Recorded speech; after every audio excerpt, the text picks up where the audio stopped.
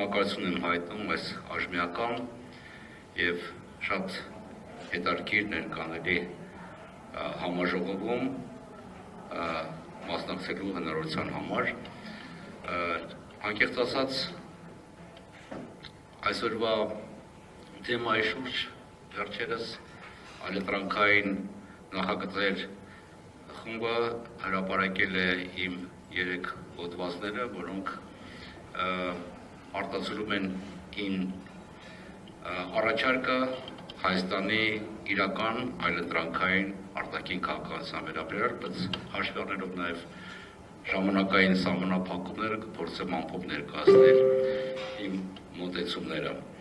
Հարգելի մասնակիցներ, կարծում եմ բոլորս համակարծիք ենք, որ վերջին տարիներին Հայաստանի սպառնալիքները եւ մարտահրավերները բազմապատկվել են, բայց մենք չենք ապրում պարզապես անվտանգային ճգնաժամի պայմաններում։ Մենք գտնվում ենք ազգային, տարածաշրջանային եւ գլոբալ պատմական շրջադարձի ժամանակաշրջանում։ Փոխվել է արտաքին հարաբերությունների բնույթը, փոխվել են խաղի կանոնները եւ ամենաանհանգստացնողը կտրուկ աճել է սխալների գինը։ Սառը պատերազմից հետո մեծ ծանոթ միջազգային համակարգը հիմնված էր համընդհանուր նորմերի եւ արժեքների, միջազգային իրավունքի եւ գործող ինստիտուտների վրա։ Այսօր այդ համակարգը արագորեն քայքայվում է։ Պատերազմը նորից դարձել է պետությունների բնականոն քաղաքականության շարունակություն, արտակարգ բան չէ, ուժը կրկին դարձել է միջազգային հարաբերությունների հիմնական հաստարկ, իսկ երաշխիքները դադարել են ինքնաբերաբար գործել այս նոր աշխարհում։ Եվ սա գնահատական չէ, սա այն դառը իրականությունն է, որի հետ մենք պետք է հաշվի նստենք եւ կառուցենք մեր պետական ռազմավարությունը։ Այսպիսի աշխարհում Հայաստանը բախվում է կոնկրետ գոյաբանական սպառնալիքների եւ արտաքին քաղաքական լրջագույն մարտահրավերների։ Այսօր ես խոսել եմ ոչ թե աշխարհաքաղաքական նախասիրությունների եւ համակրանքի կամ ճամբար ընտրելու մասին։ Խոսքը գնալու է այն մասին, թե ինչպես անել, որպեսզի հայկական պետականությունը վերականգնի սուվերեն որոշումներ կայացնելու կարողությունը, որովհետև մենք ապրում ենք շատ կոշտ, անկախատեսելի եւ վտանգավոր աշխարհակարգում, որում, ինչպես ասացի, նախկին երաշխիքները ինքնաբերաբար այլևս չեն գործում, իսկ միջազգային իրավունքը կիրառվում է որպես ընտրովի գործիք։ Եվ կարծում եմ նախ եւ առաջ պետք է դուրս գալ մեզ պարտադրվող խաղաղություն, պատերազմ, կեղծ երկընտրանքի տրամաբանությունից։ Հայաստանի առջև կանգնած է ընտրությունը այլ հարցությունում, խորացող ռազմավարական խոցելիության եւ ռազմավարական զսպման քաղաքականության ձևավորման միջև։ Եվ առաջի բանը, ինչից մենք պետք է սկսենք, եւ սա դիվանագիտության կարևորագույն գործառույթն է, գիտակցենք, թե մեր հակառակորդները եւ կարծում եմ բոլորս համակարծիք ենք այստեղ գտնվողները, որ հակառակորդները շարունակում են մնալ Ադրբեջանն եւ Թուրքիան, իրականում ինչ իրական մտադրություններ և ռազմավարական նպատակներ ունեն։ Անշուշտ, մեզ մեծ քարոզչական հարձակման են ենթարկում ամբողջ հասարակությանը, որ տեղի է ունենում պատմական խաղաղության գործընթաց, հարաբերությունները կարգավորվում են, բայց վստահ եմ, որ և մասնագիտական, և փորձագիտական, և ակադեմիական շրջանակները համակարծիք են, որ Թուրքիան և Ադրբեջանը չեն ձգտում խաղաղ համակեցության Հայաստանի հետ։ Նրանց ռազմավարական նպատակները մնում են անփոփոխ, իսկ վերջին տարիներին իրենց ռազմավարական երազանքները ստանում են մի սուարյուն, որտեղ իրենց կարծիքով հասել է այդ ռազմավարական պահը, որի արդյունքում Հայաստանը կդառնա ոչ կենսունակ, ինքնուրույն որոշումներ կայացնելու կարողությունից զուրկ մի պետական կազմավորում, որը գնալով ավելի մեծ կախվածության մեջ կհայտնվի թուրքական աշխարհի մեջ, իսկ բարենպաստ պայմանների արդյունքում ամբողջովին ինտեգրվի կամ կկլանվի մեծ դուրան նախագծի մեջ։ Եվ ամենամեծ իստում է սպառնալիքն ու մարտահրավերը այս ռազմավարության մեջ դրա ողնաշարը անշուշտ այսպես կոչված Զանգեզուրի միջանցքն է, որը ներկայացվում է որպես տնտեսական և ենթակառուցվածքային նախագիծ։ Շատ լավ հասկանում ենք, որ սա առաջին և անփոփոխ քայլն է մեծ ռազմավարության մեջ, որը ուղղված է Հայաստանի ինքնիշխանության և տարածքային ամբողջականության խաթարմանը և տարածաշրջանային ուժային հավասարակշռության վերջնական փոփոխությանը հօգուտ այդ երկու պետությունների։ Մենք տեսնում ենք, որ Հայաստանի գործող իշխանությունները փորձում են ներկայացնել տարբեր միջազգային նախաձեռնություններ, որպես վահան, որը չեզոքացնում է այս լրջագույն մարտահրավերը և սպառնալիքը։ Իհարկե, մեզ բոլորիս հայտնի վերջերս ստորագրված հուշագրերը կարող են ծառայել որպես դիվանագիտական գործիք և օգտակար հարթակ երկխոսության համար, բայց այդ փաստաթղթերը իրենք իրենցով չեն օրինակում Հայաստանի ինքնիշխանության և տարածքային ամբողջականության երաշխիքներ։ Ավելին, առանց վերահսկող մեխանիզմների, առանց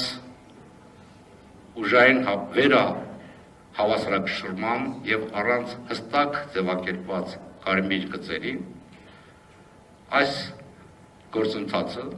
կամ գործընթացները կարող են պարունակել մեր ռազմավարական հակառակորդների նպատակների լեգիտիմացման ռիսկ։ Իհարկե, ավելի գեղեցիկ փաթեթավորմամբ։ Հետևաբար, այս հուշագրերը այդ սպառնալիքների, մարտահրավերների վերջնական լուծում չեն, այլ ընդամենը շատ բարդ և երկարաժամկետ գործընթացի տարրեր են, որոնք մեր կողմից պետք է ենթարկվեն մշտական վերահսկողության և զուգահեռաբար ներքին կարողությունների ամրապնդման միջոցով։ Ուզում եմ հիշեցնել, որ Հայաստանը միշտ եղել է ջատագով առևտրական փոխհարաբերությունների տարանցման և տարածաշրջանային համագործակցության հարցում։ Բայց մեկ բան է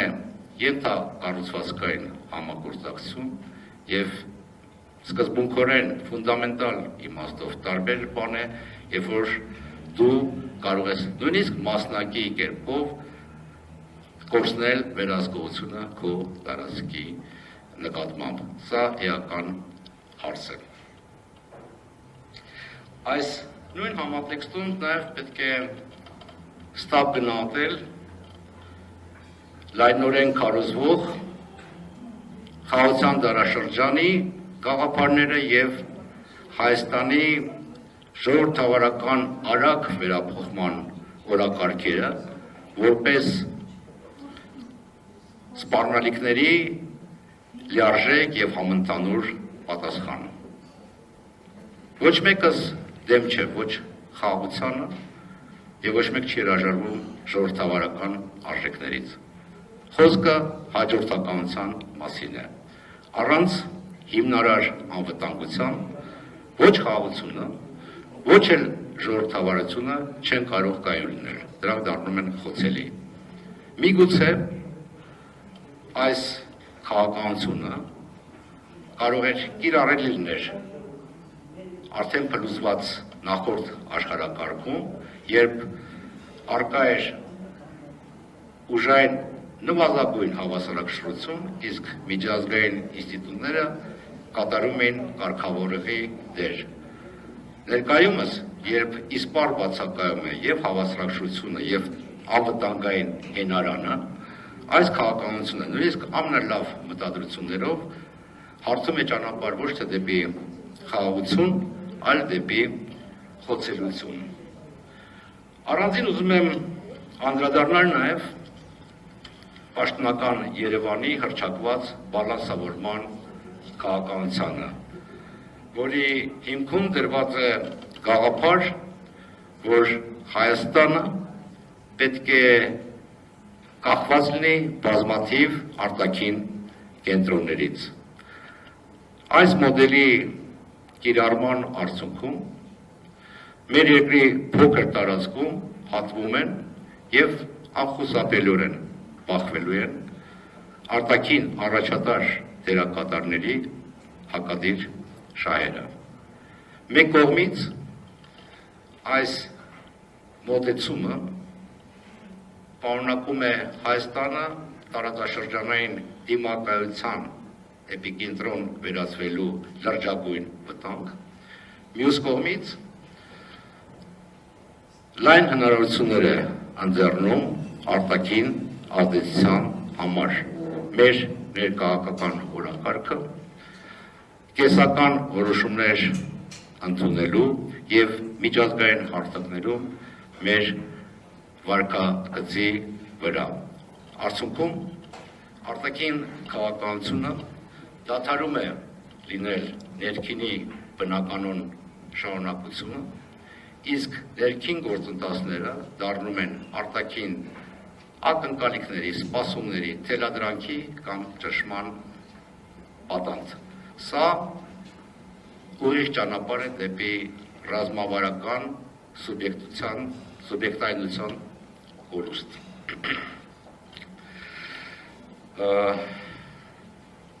Եթե այսօրվա գործող քաղաքական ուղին տանում է դեպի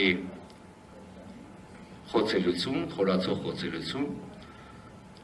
ապա այլընտրանքը պահանջում է սկզբունքորեն այլ ռազմավարական մոտեցում, ռազմավարական այլ պարադիգմ։ Եվ ես նկատի ունեմ զսպման քաղաքականությունը, որը ենթադրում է հակառակորդի առաջխացման կանխարգելում, ճկունության եւ հաշվարկի միջոցով մեզ անհրաժեշտ ժամանակի ձեռքբերում վերականգնվելու համար, ներքին կարողությունների զարգացում արտաքին ազդեցությունները չեզոքացնելու համար եւ արդյունավետ դաշինքների կառուցում, որոնք հիմնված կլինեն շահերի, այլ ոչ թե պատրանքների վրա։ Եվ այս քաղաքականության առաջին եւ հիմնական տարը դա ներքին կայունությունը եւ դիմակայությունն է։ Մեր անվտանգությունը սկսվում է ներսից։ Մեր փոքր երկիրը Հայաստանը պետք է ունենա ռազմավարական խորություն։ Ինչի տակ ես հասկանում եմ քաղաքական, ինստիտուցիոնալ, տնտեսական, ռազմական, տեխնոլոգիական, տեղեկատվական և հոգեբանական կարողությունների զարգացում և մոբիլիզացում։ Առանց ներքին առանցքի որևէ երկիր չի կարող արդյունավետորեն պաշտպանել ինքն իրեն և չի կարող դիտարկվել որպես հուսալի գործընկեր։ Երկրորդ տարրը զսպման քաղաքականության դա իրատեսական և գործուն դաշինքների ստեղծումն է, և խոսքը անցյալի վերադարձի մասին չէ, կամ նոր կախվածության մասին չէ։ Խոսքը այն դերակատարների հետ շահերի համընկման դաշինքներ ստեղծելն է, որոնք շատ գրգռված են տարածաշրջանային հավասարակշռության վերականգնման հարցում։ Մեզ համար ցանկացած դաշինք այնքան արժեք ունի, որքան այն նպաստում է մեր սուբյեկտայնության ամրապնդմանը, այլ ոչ թե փոխարինում է նրան։ Եվ այս համատեքստում ես կառանձնացնեի Ռուսաստանի Դաշնությունը, որի հետ պետք է վերագործարկել այլ բովանդակությամբ մեր ռազմավարական համագործակցությունը և ավելի լայն տարածաշրջանային իմաստով խորացնել մեր ռազմավարական փոխգործակցությունը Իրանի հետ, նպատակ ունենալով ստեղծել Հայաստան-Իրան-Ռուսաստան ռազմավարական եռանկյունի։ Ես նկատում եմ, որ այս գաղափարը հետս հետև բյուրեղանում է և Թեհրանում, և Մոսկվայում։ Հասկանալի է, որ զսպման քաղաքականությունը պետք է ունենա աշխարհագրություն և ենթակառուցվածք։ Եվ ես նկատի ունեմ հյուսիս-հարավ նախագիծը։ Սա կարող է դառնալ այս ռազմավարական եռանկյունու ողնաշարը։ Իսկ եթե Վրաստանը ներգրավի այս նախագծի մեջ, այն ոչ միայն կլինի շատ գրավիչ և լրջագույն տնտեսական և ենթակառուցվածքային կառույց, որը կկապի Բալթյան ծովը, Սև ծովը և Պարսից ծոցը, այլ կդառնա նաև աշխարհական կայունացման գործոն, և Հայաստանը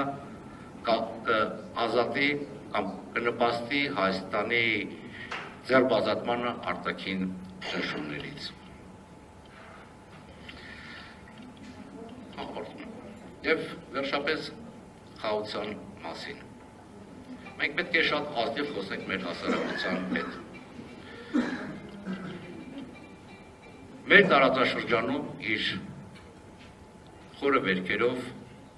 խորքային հակասություններով և ուժային քաղաքականությամբ, որը ոմանց մոտ արթնացրել է ծավալապաշտական ախորժակներ, խաղաղության